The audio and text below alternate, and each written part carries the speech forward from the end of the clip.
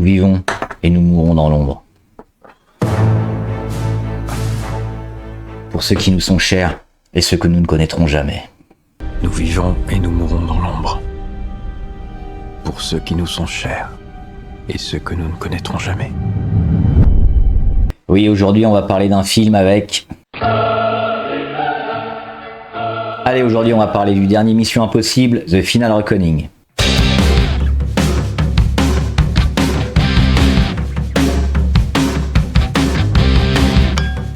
Alors Mission Impossible The Final Reckoning est le 8e opus sorti en 2025 de la franchise Mission Impossible, débuté en 1996, soit presque déjà 30 ans. Glad you like it, you know? Yeah. A lot of hours in that chair going through that stuff. Dans ce film, Ethan Hunt, interprété par Tom Cruise, se bat une nouvelle fois pour sauver le monde contre une intelligence artificielle qui a décidé de prendre le contrôle du monde. Alors c'est un scénario qu'on a déjà vu pas mal de fois au cinéma, mais au vu des avancées technologiques, c'est quelque chose qui est de plus en plus crédible.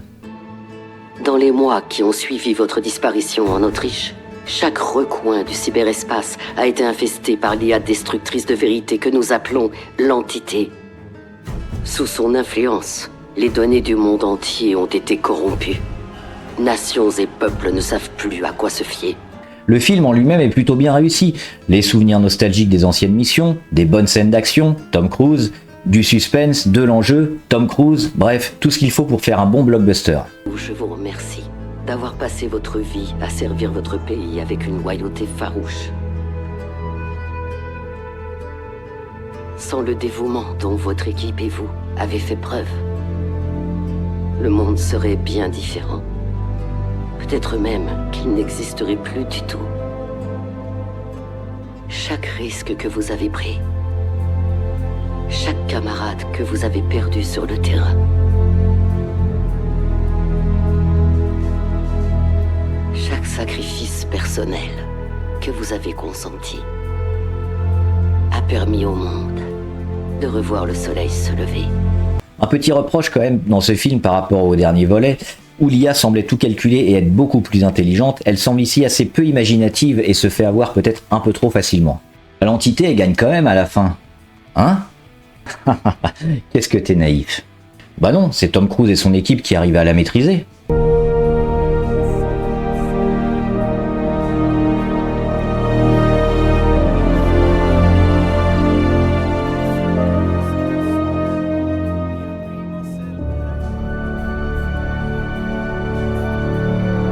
J'ai l'impression qu'on n'a pas vu le même film.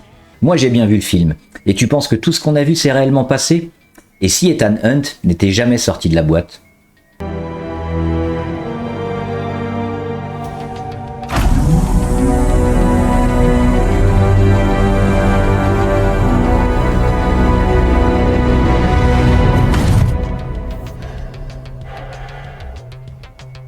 Voilà, je suis là.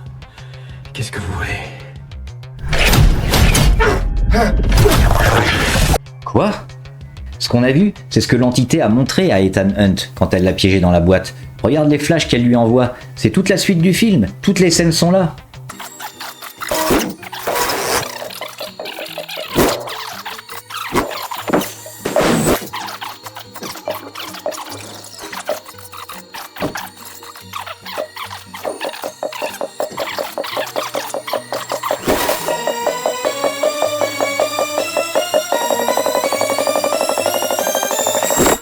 Ah ça c'est une astuce de montage.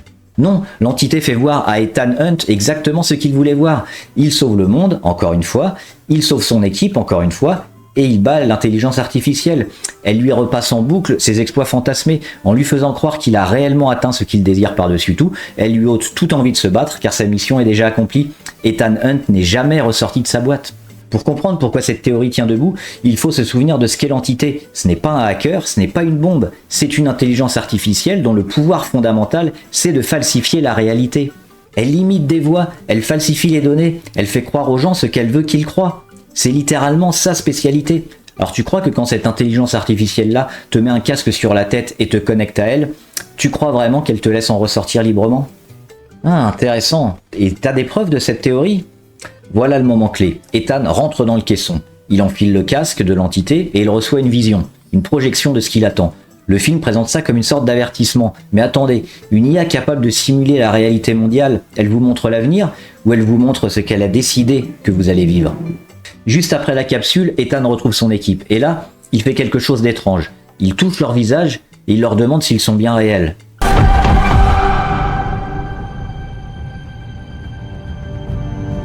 C'est réel? C'est bien réel? Oui, oui, oui. Tu es réel. Oui, c'est toi. Oui, c'est bien toi. Tu es réel. Oui, oui, c'est moi. Dans le film, on lit ça comme de l'émotion, de la tendresse. Le héros épuisé qui vérifie que ses amis sont bien vivants. Mais attendez, pourquoi quelqu'un poserait cette question s'il n'avait pas une vraie raison de douter de la réalité?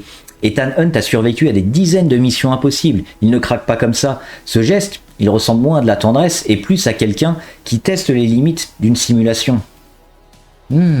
Alors l'entité simule des milliers de scénarios et teste le personnage de Tom Cruise.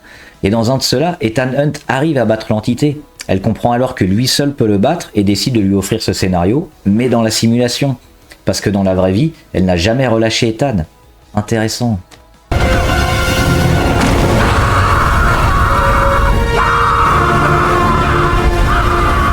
C'est du grand spectacle, mais objectivement, c'est aussi une accumulation de coïncidences parfaites qui s'enchaînent sans accroc. Et dans la vraie vie d'un espion, même fictif, ça n'existe pas les fins sans bavure. Mais dans une simulation pour satisfaire le héros, si, absolument. C'est vrai que tout au long du film, les personnages répètent la même phrase sous différentes formes. Ils parlent de vivre dans la réalité de l'entité. C'est pas anodin. McQuarrie, le réalisateur du film, ne met pas ces mots dans la bouche de ses personnages par hasard. C'est une invitation, une question posée au spectateur autant qu'à Ethan. Certaines scènes sont bizarres. Quand Ethan Hunt ressort des tunnels au début du film après l'explosion, il tombe pile sur les forces américaines qui l'attendent dans la rue. C'est bizarre.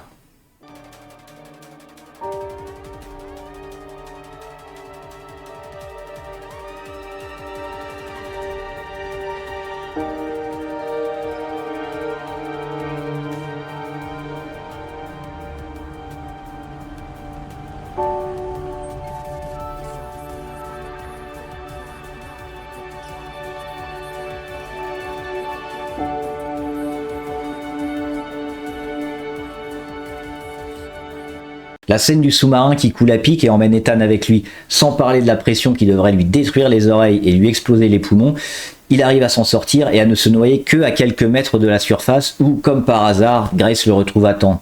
C'est très très fort.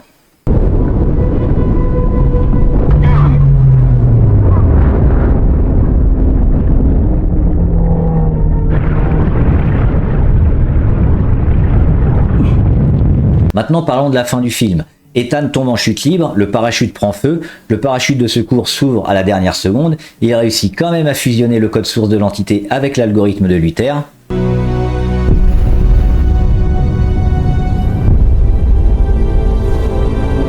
Et Grace éjecte le disque au moment exact, au 10e près. Même un pilote de Formule 1 n'aurait pas ces réflexes, même pas un chat.